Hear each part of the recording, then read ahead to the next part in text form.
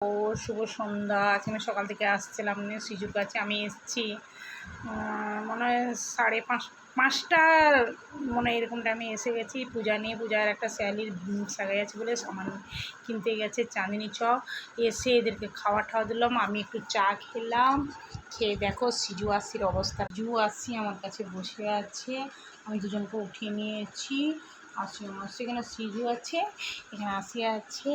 তারপর আমি বাড়ি চলবো, মাথাও যন্ত্রণা হচ্ছে, ভালো লাগছে না। একটু পার্লারে গেলাম, ওই একজন মেয়ে ফেসিয়াল করেছিল, তাকে দেখলাম স্টেপগুলো কীরকমভাবে করছিলো। হ্যাঁ, আমি বলছি আমার তো এতগুলো ইয়ার থাকবে না, যে কটা ইয়ার থাকবে বলছে তুমি কাউকে নিয়ে আসবে, তারপর দিয়ে করবে তুমি, আমি তোমাকে বলে দেবো। আমার আচ্ছা ঠিক আছে। আর তারপর বৃষ্টি একটু হয়ে গেল, ওই সাথে গেলাম, একটু সমস্যা খেলাম। সেখানে কিনে একটা আঙ্কেলকে আমি দিলাম, একটা প্রথম 10 টাকা দিলাম, তারপরে বললাম আঙ্কেল তুমি সমস্যা খাবে, বলে হ্যাঁ খাবো। দিলাম, দিয়ে সঙ্গীতা